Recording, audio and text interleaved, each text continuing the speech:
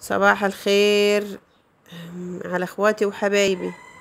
صلوا بنا على النبي عليه الصلاة والسلام.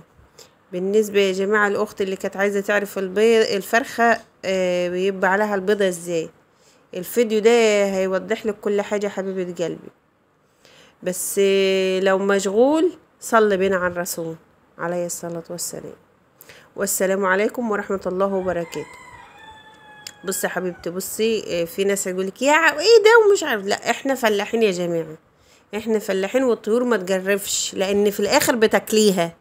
الطيور ما بتجرفش. بصي يا حبيبتي، بتحط ايدك مطرح البيضه ما بتنزل، انا مش عايزه اقول لفظ تاني، ماشي؟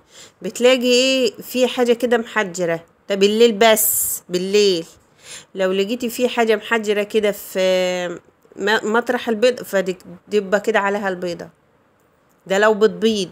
لكن بص يا حبيبتي، لو لقيتي مكان لاختي وحبيبتي اللي هي كانت عايزه تعرف الفرخه بيبقى عليها البيضه ولا لا، بصي في صباعينك الاتنين كده يا حبيبتي بيناموا في مرجدها من ورا، دي كده بتبقى بتبيض. لكن لو ما ريحتش، يعني لو صبعتك الاتنين ما ريحوش ناموا مرتاحين، تبقى لسه ما بضتش. ماشي يا حبيبتي؟ يبقى لسه صغيره، يعني لسه صغيره، لسه بنت بنوت ما فتحتش. وما تنسونيش في اللايك والاشتراك. انا قلت يا جماعه اقدم لكم الفيديو ده لحسن الاخت اللي سالتني على الحاجه دي تقول دي ما عبرتنيش ولا دي، لا يا حبيبه قلبي والله العظيم. انا بصي عندي عطل في الشبكه، و ربك يسهل ان شاء الله. الباقه شفت على طول، والتليفون برضو معذبني، فادعيلي بتيسير الامور.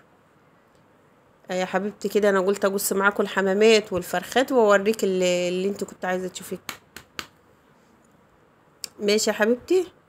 وما تنسينيش في اللايك والاشتراك، ولو مشغول صلي بينا على الرسول. ماشي يا حبيبتي؟ كده عرفت الفرخه يبقى عليها البيضه ازاي؟